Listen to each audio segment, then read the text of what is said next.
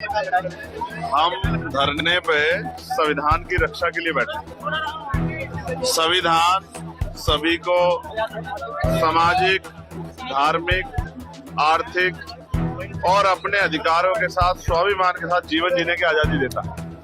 जिस तरह से उत्तराखंड को एक प्रयोगशाला बना के लगातार कमजोर वर्गों के खिलाफ यहाँ से कभी धर्म संसद के जरिए, कभी हिंसा करा के, कभी जातिगत धार्मिक उन्माद करा के जिस तरह का लगातार प्रयास हो रहा है, हम लोगों ने तय किया है कि हर कमजोर की लड़ाई लड़ना हमारी जिम्मेदारी है। जिस तरह से पुलिस ने कई मामलों में लापरवाही की है, हम अपने संवैधानिक अधिकारों का प्रयोग कर रहे हैं कि इस हरिद्वार की धरती से, जो बहुत पवित्र धरती है, इस धरती से प्रेम का, भाईचारे का और अन्याय के खिलाफ संघर्ष का एक संदेश जाना चाहिए। इसलिए आज हम यहाँ कड़ी धूप में पसीना बहा रहे हैं कि जो जुल्म हुआ, चाहे वसीम के साथ हुआ हो, चाहे हमारी संतर शाह की बेटी के साथ हुआ हो, या अंतिम जगह पर भी किसी जहां जो हम तक ना भी घटना पहुंची, जिसके साथ भी कहीं अन्याय हुआ है, उन सबको न्याय मिले। और उत्तराखंड जिसको देवभूमि कहा जाता है, जो पवित्र जगह है, अगर वहां पे भी नफरत की चोटियां ऊंची हो जाएगी तो हम, क्योंकि मैं तो यहाँ का रहने वाला हूँ, मेरा तो ये घर है, मेरा तो ये जिला है, मेरा तो ये प्रदेश है, तो मेरी सबसे पहले जिम्मेदारी बैठती है कि मैं अपनी जिम्मेदारी को अदा करूं। जिस तरह के प्रयास यहाँ से किए जाए, उस प्रयासों का अंत भी यही हो और यहाँ से एक भाईचारे की और अन्याय के खिलाफ संघर्ष की एक मुहिम उठनी चाहिए, जो मुहिम बहुत दूर तक जाए और जिसके जरिए जो जुल्म पूरे देश में हो रहा है, उस जुल्म पे पाबंदी लगे। मैं छुट्टी नहीं रखता हूँ। जब तक वहाँ प्रचार का कार्य था, मैंने वहाँ प्रचार किया।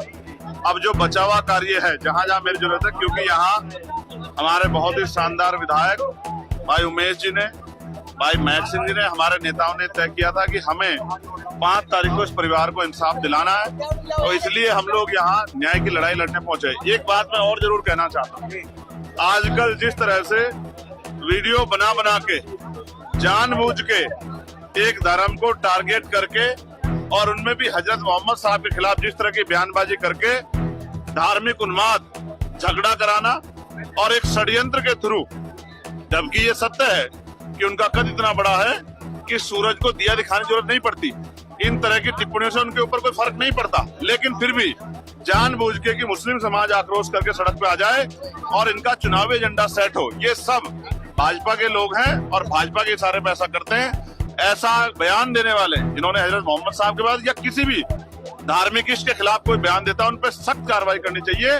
और मैं तो ये कहूंगा, गाजियाबाद वाले जिनका दिमाग खराब हो गया है, उनके खिलाफ एनएसए कार्रवाई करके उनको जेल में ठूसना चाहिए। किसी भी तरह का जो है आक्रोश, में जनता से भी कहूंगा, वो सड़कों पे ना आए। उस काम की जिम्मेदारी के लिए हम लोग जनप्रतिनिधि हैं, हम अपनी ड्यूटियां करेंगे, चाहे वो मुस्लिम समाज के, इस्लाम धर्म का मामला हो, चाहे सिख धर्म का मामला हो, चाहे बौद्ध का हो, चाहे हिंदू धर्म का हो, चाहे क्रिश्चियन धर्म हो, किसी भी धर्म के इष्ट पर अगर कोई टिप्पणी की जाएगी और सामाजिक भाईचारा तोड़ने का या धार्मिक उन्माद पैदा करने का प्रयास अगर कोई भी गुंडा करेगा, तो हम उसके खिलाफ सख्त से सख्त कार्रवाई करवाएंगे। और मैं पार्लियामेंट में जिस तरह से हजरत मोहम्मद साहब के खिलाफ इस तरह की बयानबाजी करके धार्मिक भाईचारा बिगाड़ने का काम किया जाए, मैं इसके खिलाफ सड़कों पे भी आंदोलन करूंगा और पार्लियामेंट में भी इसके खिलाफ जोरदार आवाज उठाऊंगा कि इस तरह की हथकंडे, इस तरह की साजिशें कामयाब ना हो। कह रहा हूँ, एक बड़े समुदाय को उकसा के और अपना चुनावी एजेंडा जो है साधने की कोशिश की जाए। मैं बहुत जिम्मेदारी से कहूंगा अपने मुस्लिम भाइयों से कि वो इस तरह के आंदोलन का हिस्सा ना बने। जब आप लोगों ने हमें वोट देकर जनप्रतिनिधि बनाया है, तो हम आपकी आवाज पार्लियामेंट में और सड़कों पे भी उठाएंगे, हम इसके लिए हैं। लेकिन आप इनके षड्यंत्र में ना आए।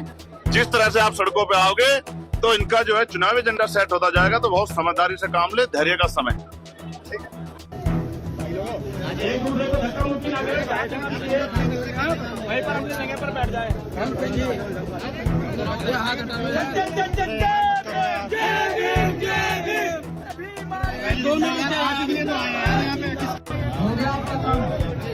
सम्मानित पत्रकार बंधु, आपका काम निपट हो गया भाई जी। फरमान जी को भेजिए, फरमान जी को, फरमान जी,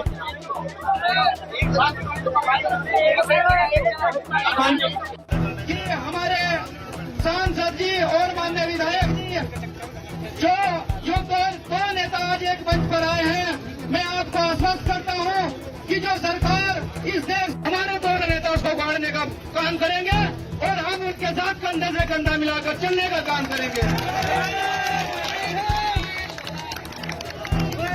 और देखिए जगह तो बनवाओ हमसे।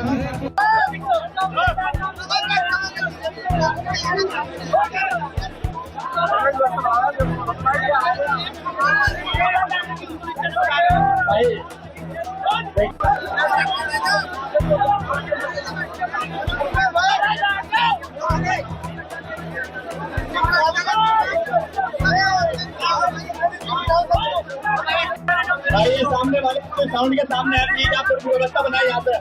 ये सामने वाले बैठे यार, आप भाग ऊपर में है बैठे, आप लोग सामने बैठना है। अभी तो 1 भी नहीं बजा, आप लोग समझ रहे देखे बैठे तो वास्तव में भी हमारे भारतीय एकता मिशन और समाजिक संगठनों को प्यार करते हुए बैठ सकते, तो आज तय कराने के लिए पहुंचे बैठने काम करेंगे। बैठिए, इधर से बैठिए।